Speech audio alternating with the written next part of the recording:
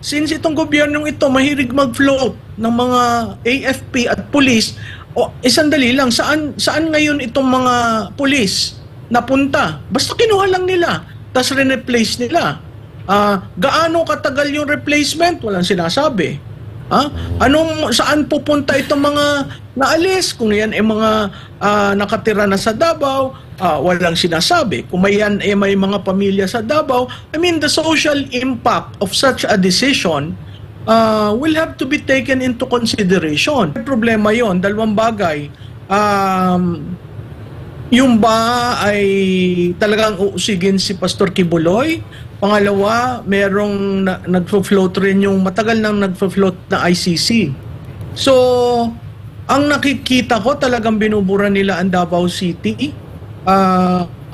Ang problema lang dyan, kailangan nilang malaman ang kasaysayan ng Davao City sa Mindanao. Malaking bagay ang Davao City, kung ano nangyayari sa Davao City, connecto yan sa Mindanao. So, kung pahihinaan mo ang Duterte, pahihinain mo lahat ng miyembro ng pamilya, papaltan mo ang naratibo ng Davao City, lahat yan, sa tingin ko, hindi dahil sa kailangan mo ng peace and order, pero politika. Kasi hindi mo naman naalisin ang kapangyarihan ng mayor, dahil ang mayor ang may supervision sa PNP, no? Nagkakaroon lamang yan ng problema pag nagkaroon ng problema sa peace and order situation. Unfortunately, ang nangyari, talagang kinuha nila yung buo. Pagbibigay ng Pangulo sa Vice Pangulo ng confidential fund. Unang-una, ang COA nag-rule na dyan na hindi mali. Pangalawa, it's the prerogative of the President to give that fund to the Vice President. Pangatlo, hindi na tinanggap nung sumunod na taon, itong 2024, ni Presidente kung issue yan. So, maganda lang na hingin niya na desisyonan na. Kasi kung pahahabain mo ng pahahabain yan, parating sasabihin, yung Vice Presidente mo may 4 na kaso na nasa Supreme Court. Kung titingnan mo yung petition at babasahin mo isa-isa, lahat speculative. Walang nag-give ng proof na talagang may kinumit na graft and corruption si Vice Presidente. So, bakit mo ginagawa yan? Una, para pahiyain ang Vice Presidente. Pangalawa, para batikusin ang Duterte. Pangatlo, para yung characteristic trait ni Vice President Duterte maisama doon, corrupt yan, corrupt. So, paulit-ulit. So, ako nag-agree ako doon na tapusin na. Kasi kung pababayaan natin yan mag-drag, masisira ng masisira at sisirain ng mga may gusto itong pangalan ni Vice President Duterte. Boss Dada, tatandaan natin, no, malaking bagay yung nasa Davao. Pero ang parang sinasabi nila, ang Estado hindi makakakuha ng favorable decision kung dadalhin sa Davao. Kaya naglipat ng venue. Ang problema lang, yung katulad nga ng sinabi ng lawyer, yung proseso hindi nasunod. Usually naman kasi kailangan natanggap, 'di ba? Yung petition, kailangan nagkomentaryo bago nagdesisyon. So, makikita mo na tama rin yung sinabi ninyo na parang kung sino man ang kabarkada, kaibigan, kasama ni dating Pangulong Duterte, basta nakabit ka sa Duterte, titirisin ka. So, siguro ito nangyari kay Pastor Kibuloy, nagsimula dun sa SMNI at bakit ang SMNI, nakikita naman natin na malaking plataforma ang SMNI na nabigyan ng poder si dating Pangulong Duterte. So, siguro yung pag-alis ng plataforma, tapos pag-question dun sa pag-aari, tapos ngayon, tatandaan natin yung mga kaso na sinasabi kay Pastor Kibuloy sa US yun. So, dapat sa US siya. Since may nag-file ng mga ilang kaso, kailangan yung dinggin. Pero nagtataka ako kasi isa-isang inaalis sa Davao. Mama Lu, good evening po. Master Judea po ng Master Judea Channel. Itatanong ko lang po sana sa inyo kung ano po sa opinion nyo, ano po sa tingin nyo, itong pagpapadala ng bata-batalyon na puwersa dyan sa Davao, may connection po kaya ito dito sa investigation dito kay Pastor Kibuloy? Well, out of the extraordinary yung pagpapadala, pag-aalis una, pag-aalis ng hepe at pag-aalis ng mga kasamahan niya sa PNP sa Davao City, nakakabahala yon kasi kinakabit daw nila tungkol doon sa drug bust, no? Yung nangyaring problema doon. Pwede mo namang isuspende kung sino yung involved, kung gusto mong hindi kasama doon sa pag-investigate. Pero para alisin mo lahat at paltan ng mga taga-SAF, may problema yon. Dalawang bagay.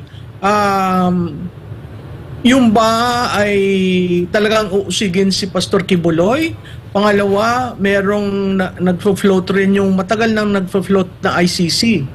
So, ang nakikita ko talagang binubura nila ang Davao City. Ang problema lang dyan, kailangan nilang malaman ang kasaysayan ng Davao City sa Mindanao. Malaking bagay ang Davao City, kung ano nangyayari sa Davao City, connect-to yan sa Mindanao. So, kung pahihinaan mo ang Duterte, pahihinain mo lahat ng miyembro ng pamilya, papaltan mo ang naratibo ng Davao City, lahat yan, sa tingin ko, hindi dahil sa kailangan mo ng peace and order, pero politika. Kasi hindi mo naman naalisin ang kapangyarihan ng mayor, dahil ang mayor ang may supervision sa PNP, no?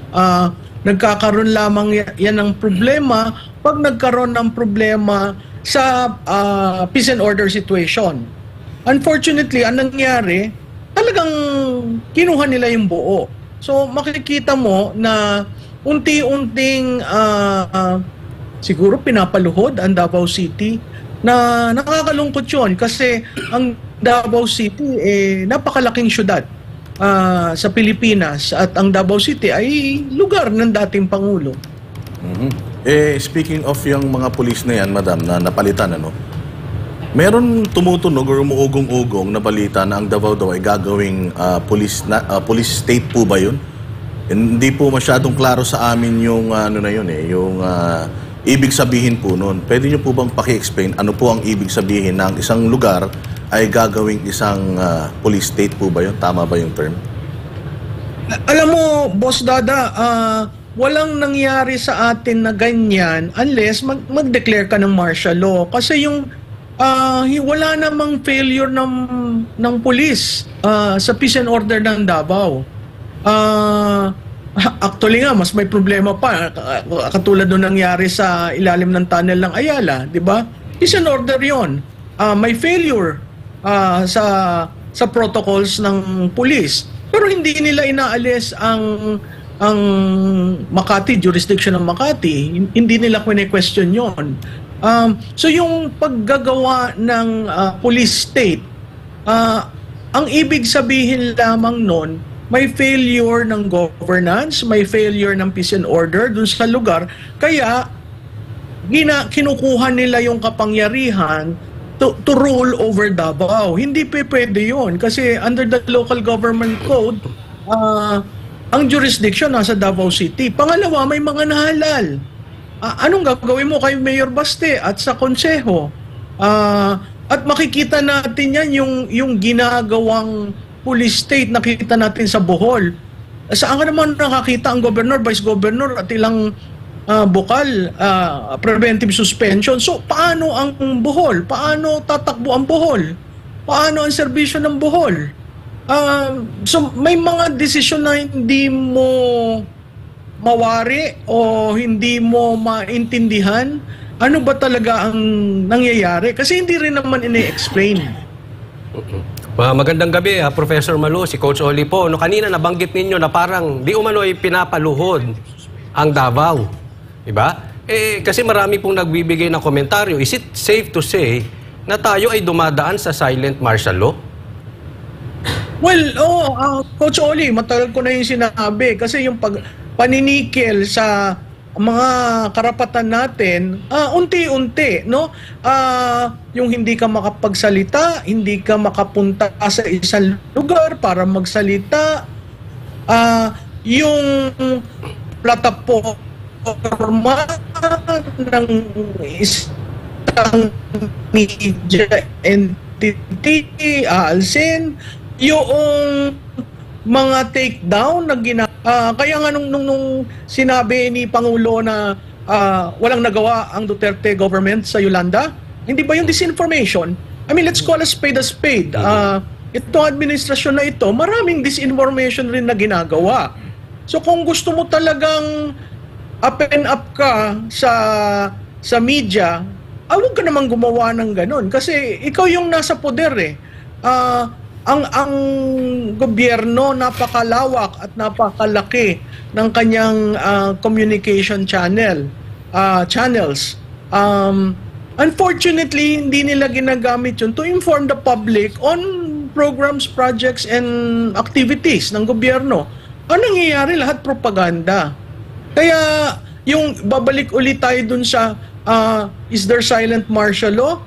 Yeah, I don't think this president can has the acumen of the father to declare martial law. And tandaan nyo, di ba, nung siya'y nanalo, every step of the way, iniiba niya ang naratibo ng Marcos. So definitely, pag tiningnan mo yung Pangulong ito, makikita mo na ina-avoid niya yung kamay na bakal.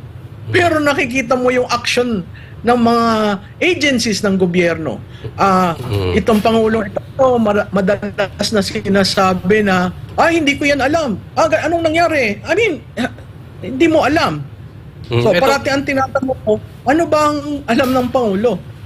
Ito po kasi, Professor, kung susundan ko yung sinasabi nyo patungkol sa silent martial law, no?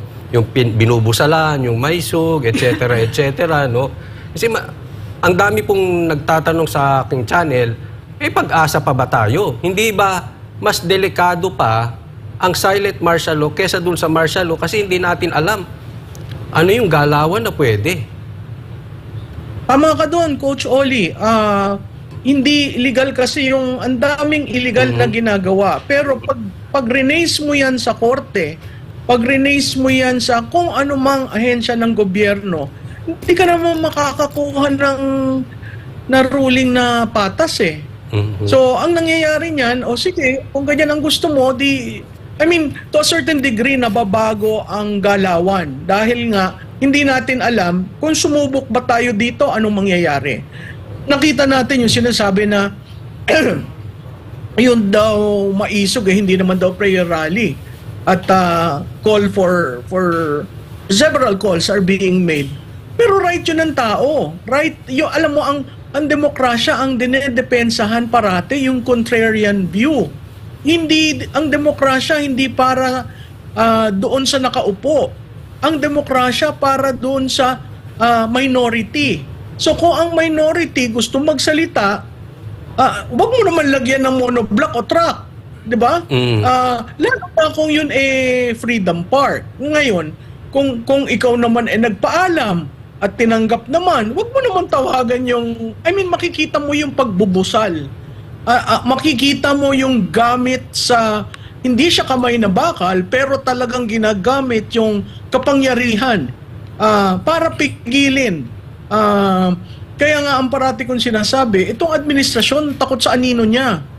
Wala namang ginagawang kung ano, masama bang tumawag sa, to be fair, merong sektor sa ating lipunan na nagsasabi, umalis ka dyan. Yung ba'y masama? Hindi ba yun pag-express ng kanilang opinion? Kung ba'y mga taong nagugutom, pag pumunta ka sa lansangan para ka mag-rally, yung ba'y masama?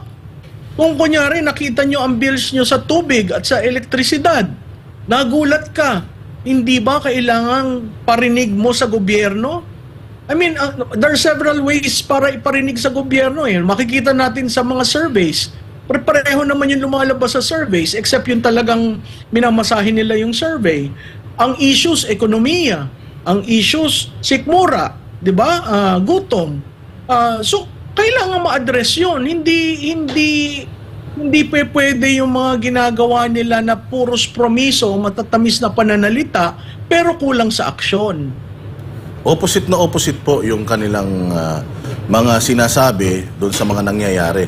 Katulad na lang, mabalik tayo dyan sa Davao, tatanggalin mo yung ganung napakaraming pulis, tapos ilalagay mo sila sa police state. Samantalang ang Davao po ay, kung di tayo nagkakamali, sa buong Pilipinas, ang safest na city. Hindi po ba? Yeah. So, bakit mo isa sa ilalim ang isang...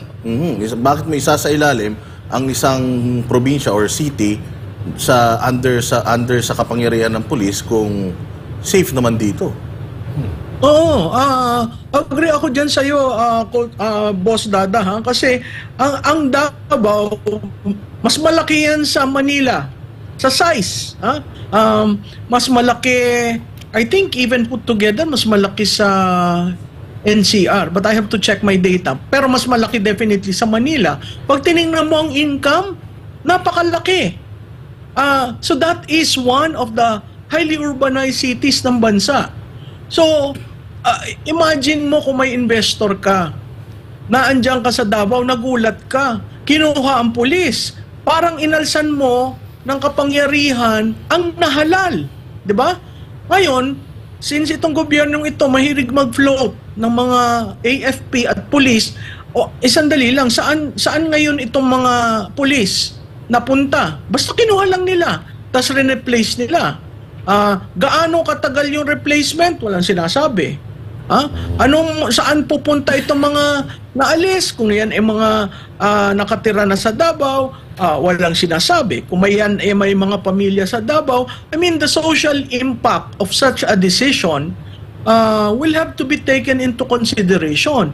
And then generally, you're in the middle of the fiscal year. So may budget dyan na binigay ang Davao City para mapatakbo ang kanilang PNP sa syudad. So ano mangyayari doon? Ang daming mga issues na kailangan tingnan. Hindi mo basta-basta inaalis ang pulis. So ano nga yung mangyayari niyan? It sets a bad precedent. Kasi pwede nilang gawin kahit saang LGU. Na ito nakakabahala. Hindi ko alam kung bakit ang ibang mga LGUs ay tahimik at walang... I mean, makikita mo may fear to even talk. May fear to even comment. May fear to even suggest. May fear to even ask. Ito yung nabubuong atmosphere sa ating bansa. Hindi yun tama dahil hindi naman natin hinihingi itong mga ito. At respetuhin mo yung nahalal ng tao. You cannot replace leaders and question leaders dahil may poder yan na halal. Alright, so Ma'am Malu, Master Judea po ulit. May katanungan po dito galing sa ating YouTube channel. Galing kay Marilu Torrejos. Ibig bang sabihin na mismong DOJ ang may duda sa hustisya ng bansa? So parang isang malaking sampal sa judge doon sa Davao kasi nilipat ang kaso sa Manila. Walang tiwala sa kakayahan ng judge o kasi baka naman takot sila na matalo sa case dahil hindi totoo mga paratang kay Pastor Kibuloy. Well, nakikita mo yung paggalaw sa hudikatura. Dapat magsalita yung may Judges Association dyan sa bawat syudad, may Judges Association National. Siguro kailangan nating erase yan kasi may failure sa proseso. At kailangan i-rectify yung failure na yan kasi kung yung due process may pagkukulang, magkakaroon ng technicality yung kanilang ginagawa. Okay. So, since marami po ang nangyayari ngayon, Ma'am Malu, na mga moves na hindi sumusunod sa tamang proseso, masasabi pa ba natin na intact pa ang hustisya, ang justice system ng Pilipinas? Well, apparently, sa mga nangyayari, sa tingin ko hindi. Nakakalungkot kasi ang branch na yung last recourse ay ang korte. Kung titingnan nyo sa martial law, ang last recourse ay ang korte, dalhin sa korte. Kaya nung panahon ng martial law, maraming mga desisyon na lumabas sa Supreme Court dahil nga question ito. Pero makikita mo, dahil yung tatay lawyer, naging legal ang pagdedeklara. Ito sa tingin ko hindi siya magdedeklara. Pero gagawin niya lahat na magagawa niya short of declaring. Kasi ina-avoid niya nga yung comparison na katulad rin siya ng tatay mo. Professor, nababanggit nyo yung silent martial law. May naalala po ba kayo na may pangyayari sa ating political history na ganito? O eto na yung worst? Sa tingin ko wala yung... alam mo yung mga batikos, ang pinaka-worst na binatikos si GMA. Pero hindi yan nag-declare ng martial law. Diba? Pero yung ganito, mga napipigilan yung rally, nililipat basta-basta. Wala. Kasi nga, ang dissent, protektado yan ng demokrasya. Ang demokrasya ay naandyan para sa minority, hindi sa majority. So, dapat hindi mo binubusalan yung minority. Wala akong nakita na haharangin mo ng truck, lalagyan mo ng yung path, yung daan patungo dun sa rally site, lalagyan mo ng kung ano-anong balakid. Doon pa lang nakakahiya ang ginagawa nila kasi talagang pinapakita nila, ayoko kayong magsama-sama, ayoko kayong magsalita, ayoko kayo. Yung pag-ayaw mo, sa tingin ko, pag nagalit ang taong bayan, kasi hindi mo na nga inaaksyonan yung kalam sa sikmura, okay? Prevent mo sila na mag-express, di ba? Yung pag punong-puno ka, kailangan mo talagang i-express yan. Ngayon, pag hindi mo ito inalaw, talaga may problema ang liderato. Napakadami pong lugar dito sa bansa natin ang masasabi natin na magulo. No? Maraming mga political clans na naghahasik ng karahasan. Maraming Just droga. recently, may nangyari pang pambobomba dyan sa Marawi ulit, hindi ba? Ngayon, ang nakakapagtaka po, bakit kaya Davao ang inaatake nila? Unang atake sa mga kapulisan, pangalawang atake sa korte, kasi yung kay Pastor Kibuloy ay parang mismong Department of Justice ang nagsasabi na hindi capable itong mga korte sa Davao para dinggin itong kaso na to. And then, peace and order, yung mayor, drug war ng mayor, bakit lahat puro Davao? Samantalang, alyado naman nila si VP Inday Sara. Kasama naman nila si VP Inday Sara at malaki naman ang naitulong ng Davao sa kanila, specifically itong SMNI at saka ang pamunuan ng Kingdom of Jesus Christ. So bakit kaya Davao, madam? Boss Dada, wala na yan. Hindi na nila tinitingnan yung naitulong. Wala na yan. Ang clearly, ang ginagawa nila, binubura nila ang Duterte. Sinisira nila ang Duterte, so that pagdating mo ng 2028, wala na. Anong brand saliency ng Duterte? Wala.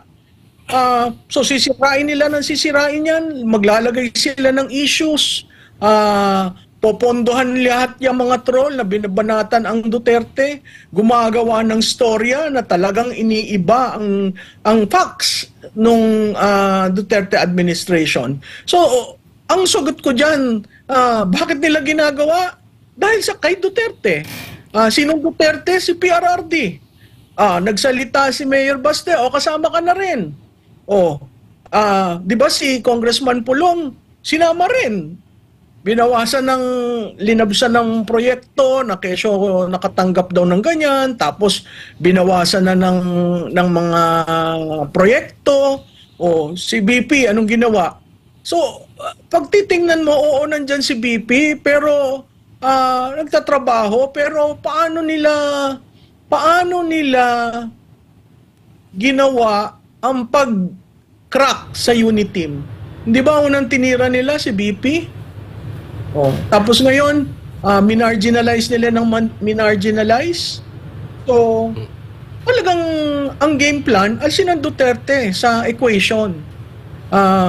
Para maging mahina, tatandaan natin, may dadating tayong election sa 2025. So, makikita mo yung mga miyembro ng PDP, isa-isang nag-aalisan. Parati ko nga sinasabi, parang ang trato nila kay PRRD, may ketong. Iwasan nyo, may ketong yan. Ganun ka, what's the worst term?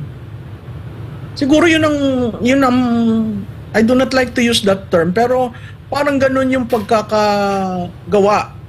Talagang minamaliit, talagang, ang hindi nila naiintindihan, babalik uli ako, nasabi ito ni Master Judea, no? Political vlogger siya. Alam mo, sa politika, meron tinatawag na psychographics at demographics. Yung psychographics ng botante, kailangan maintindihan ng mga gumagawa nito. Ang Mindanao, anong tawag yan? Hukbong, magkakasama. Tirahin mo ang dating Pangulo na ginagalang sa Mindanao, magkakaroon ka ng problema sa Mindanao. Kaya nga, ano yun, sabi nila, hindi daw sila pumupunta sa Mindanao dahil mababa ang resulta sa survey. Tingnan nyo yung ginawang pag-ikot sa ayuda. Simple eh. Ang rason, kasi lahat ng survey shows, bagsak sila sa Mindanao. Diba? So, umikot sila sa Mindanao, nag-distribute sila ng pondo sa Mindanao. Tapos, hindi sila naghintay ng enough days para makita nila yung dating sa tao. Bumanat kaagad sila sa Davao. So yung maling timing na ganon, ibig sabihin, na-negate nila ang positive na ginawa nila sa ayuda with what they are doing now to PRRD. Speaking of Davao, napakadami pong mga personalities at mga political figures sa Davao, yung mga nadali nila. Just recently, si Chairman Nur Miswari, di ba, na masyadong matibay din yung kanyang statement noon kay Pangulong Marcos na ang kasalanan ng ama ay hindi kasalanan ng anak. Pero ngayon, naging biktima siya yata. Pangalawa, itong si Pastor Kibuloy na tumulong sa kanila, nagbigay ng platform noong mga panahon na sila ay binababoy ng traditional media, in-offer itong SMNI para maging platform nila. And then, si Baste Duterte, na tila mo gustong imbestigahan na rin, andyan dyan si President Duterte, and so on and so forth. Ang daming mga taga Mindanao. Delikado po ito para sa nakikita ko, kasi ang Mindanao ay underdeveloped dahil napakaraming. Ito lang nakaraan, yung sa Minda, yung ating sekretary dyan. Yung pagpapalit niya, yung pagpapalit niya. Taga Davao yung nun eh. So, talagang mukhang ang mga taga Davao at ang mga taga Mindanao mukhang dinadali talaga dito.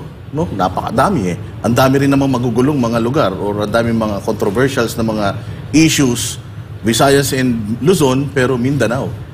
Grabe, pinatigil pa yung mga projects ng gobyerno ni PRD sa Mindanao. So, ano kayang plano nila sa Mindanao? Ginagalit o baka magalit ang mga taga Mindanao pagka ganyan? Yun ang problema. Ganun nga ang mangyayari niyan at talagang painit tayo ng painit going into 2025. Ayun, Ma'am Malutikia, sa ibang balita naman po, yung pong pag-request ni Madam Inday Sara, appeal ni Madam Inday Sara sa Supreme Court na i-dismiss ang mga petisyon laban sa kanya patungkol sa yung confidential funds niya, yung 125 million na confidential funds niya na talagang ikinakahol ng Makabayan Black. Ayan. Pwede niyo po bang komentuhan ito, Madam? Itong petition na to ni Madam Inday. Apat na kaso yan eh. Na wala naman detalye. Sinabi lang na mali yung ginawang pagbigay mula sa Pangulo papuntang sa Vice Pangulo nung 150 million. Unang-una, hindi siya actual case. Kung titingnan mo yung mga petition na final, speculative lahat. Na ang claim, natapos niya in 11 days. So, sana kung nagpunta sila sa Supreme Court for a certiorari, binigyan nila ng detalye. Kasi technically, merong independence sa mga branches from the executive to the legislative to the judiciary. So, ito, tama lang naman na tapusin na nyo ito. Kasi talagang walang linabas na datos yung nag-file. It's a general sweeping statement na unconstitutional ang pagbibigay ng Pangulo sa Vice Pangulo ng confidential fund. Unang-una, ang COA nag-rule na dyan na hindi mali. Pangalawa, it's the prerogative of the President to give that fund to the Vice President. Pangatlo, hindi na tinanggap nung sumunod na taon, itong 2024, ni Presidente kung issue yan. So, maganda lang na hingin niya na desisyonan na. Kasi kung pahahabain mo ng pahahabain yan, parating sasabihin, yung Vice Presidente mo may 4 na kaso na nasa Supreme Court. Kung titingnan mo yung petition at babasahin mo isa-isa, lahat speculative. Walang nag-give ng proof na talagang may kinumit na graft and corruption si Vice Presidente. So, bakit mo ginagawa yan? Una, para pahiyain ang Vice Presidente. Pangalawa, para batikusin ang Duterte. Pangatlo, para yung characteristic trait ni Vice President Duterte, maisama doon, corrupt yan, corrupt. So, paulit-ulit. So, ako nag-agree ako doon na tapusin na. Kasi kung pababayaan natin yung mag-drag, masisira at sisirain ng mga may gusto itong pangalan ni Vice President Duterte. Parang nauna pa po, Madam Malu, no? Yung desisyon ng Korte Suprema na mailipat yung mga kaso ni Pastor Apollo Quiboloy sa Quezon City RTC. Kaysa dito sa... Titingnan mo yung filing ng dates, yung dates ng dyan sa petition sa Supreme Court, matagal na yan.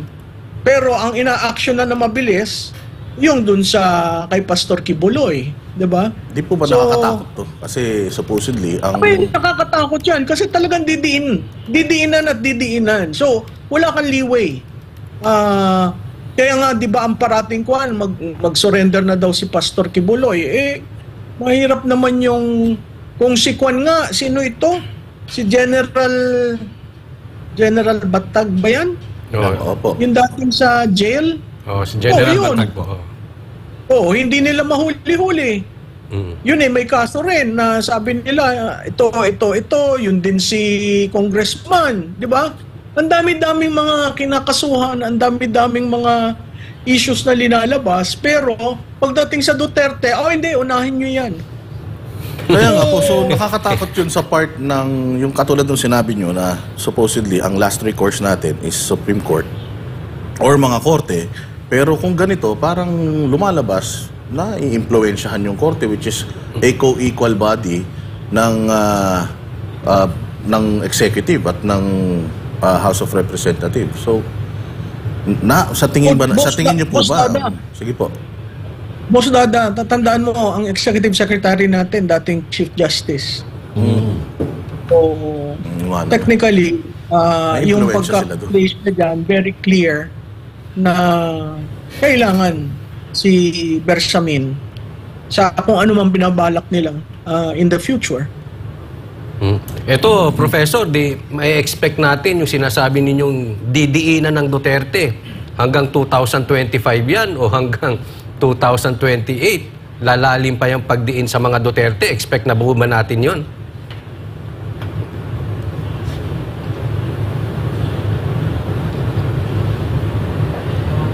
Professor? Hello? Mukhang nag-ano si Professor. Medyo naghang. Ginurgur Ginurgur yung tayo. internet. Mukhang sinasabotahe tayo. Mukhang nawala lang pansamantala si Madam Malu. Balik na. Okay, so babalik na. Yes, babalik na lang si Ma'am Malu. Marami pa tayo mga itatanong sa kanya Pero pag-usapan natin mga bossing itong yung posibleng paglipat ng 7 senador sa pagiging minority. Yun, no? Ito yung pinamumunuan ngayon ni Migs Subire, no? Na talaga namang medyo masalimuot yung nangyari talaga sa kanya. Yung una naawa ako yan no? Medyo naawa ako kay Senator Subiri. Bakit hindi ka na naawa yata? Ang dami ko napanood Iba rin pala yung no? Pag walang camera. Bastos din, no? Buti may nakatutok na camera. Kung walang lumabas na ganun, naku po, medyo bida doon si Senator Subiri. Victim siya ron Kung wala yung mga video na yun, victim siya ron. Kasi umiiyak pa siya Napaiyak niya pa nga si Senator Bato sa sobrang niya Di ba? Pero ayan, nagbabalik si Madam Marilu Tikia. Mamalu. Marilu tuloy. Mamalu pala. Okay lang. Mamalu. Kasi po, yan po, yung napag-usapan po namin kanina habang kayo po'y nawala, itong 7 senators na posibleng lumipat sa pagiging minority. Ako po, para sa akin, parang maganda to for checks and balances. Kasi before, dalawa lang yung oposisyon Si Senator Coco Pimentel tsaka si Rizon Tiveros lang. Pero ngayon, magiging na silang siyam pag itong 7 ay lumipat. Pero sa inyo po, Ma'am Malu, ano po ang dating nito sa inyo?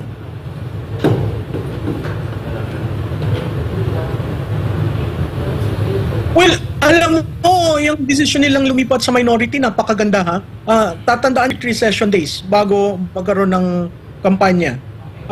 So meron silang 43 session days to push for resolution of both houses number 6 at resolution of both houses number 7. Ano yun? Yan yung calling for economic provision sa CHATSA. Bakit mahalaga? Kasi ang kailangan na boto sa Senado ay 3/4 of 24. So total yan 18.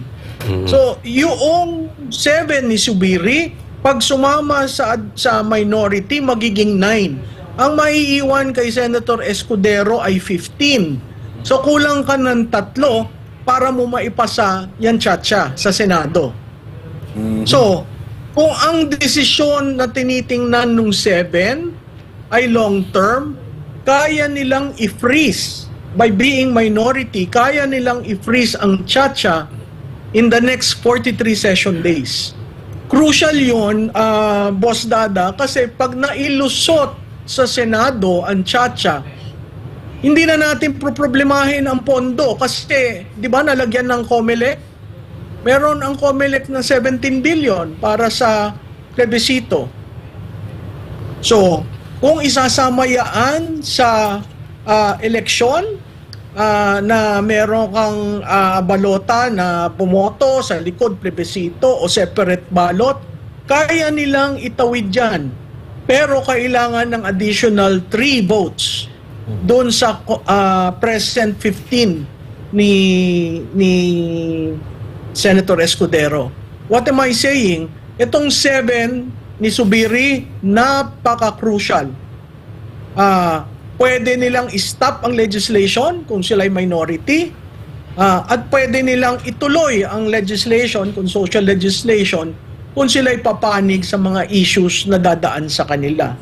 So, at tatandaan nyo, itong 7 na ito, these are the hardworking senators kasi sila talaga yung nandoon, yung tinatawag na leadership team, umaabot hanggang gabi, sila lang yung 7. So you could just imagine kung nag-shift yan sa minority, and you know, inalis rin naman sila. So, inalis ang si Senate President Subiri. So, sa tingin ko yung 7 talagang magsasama-sama yan. 2 doon ang end of term. Si Senator Angara at saka si Senator Binay. So hindi rin Pero, pala hindi in the rin pala next to 43 advantageous. Hindi rin pala ito in the next advantageous for yung mga anti-charter change. Ano po? Oo. Kaya critical yung 7 yan. Biro mo, pag nag-minority yan, 9 sila. So, hihila dun si Senator Escudero ng 3. Sino ang magiging Poncio Pilato sa kanila? I doubt very much if there'd be 3 votes. Kasi yung 7 na yan is really, really very close. At yun ang tinatawag na leadership team ni Zubiri. So, maganda natin panoodin ang Senado kasi may mga legislations, ang divorce, pending yan sa Senado na ngayon. Kahit yung cannabis bill, pending na yan sa Senado, nakalabas sa House. So may mga priority legislation na nasa legislative agenda ng Pangulo na nagigipit sa Senado. So paano nila gagawin yan is something na kailangan nating tingnan. At just to disabuse the minds of people, wala hong nangyayari sa Senado na hindi alam ng Pangulo. Lahat hong nangyayari sa institusyon ng Kongreso, lalo na sa House, ang boto sa Speaker ay vote of 1, which is the President.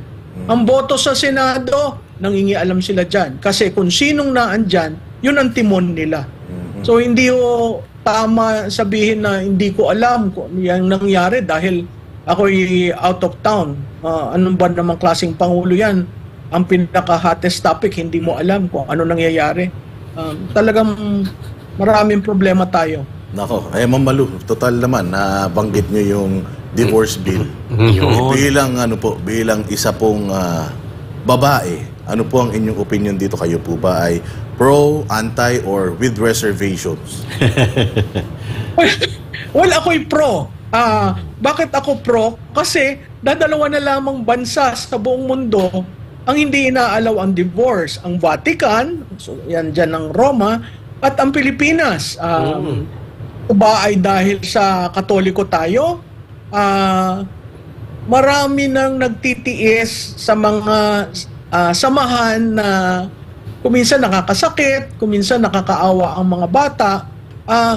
Ako ay pabor dahil binibigyan mo ng option. Hindi lang legal separation, pero divorce. Kasi dito sa panukala ni Congressman Lagman, ang effect ng absolute divorce, meron kang judicial dissolution of marriage. Parang walang kasal na nangyari. May mga grounds na sinama, yung 10 grounds sa legal separation kasama. Pag ikaw ay nakapangasawa ng foreigner at nag-divorce ka, recognize yun dito sa atin, hindi na kailangan ng judicial review. Sa tingin ko, yung mga OFW na nahihirapan, di ba? We just have to move on. I am also cognizant of families na talagang nagsama hanggang sa dulo. Depende yan dun sa dalawa eh. So, ang akin, bigyan mo lang sila ng option na ganito, pero wag mangialam ang estado sa dalawang tao.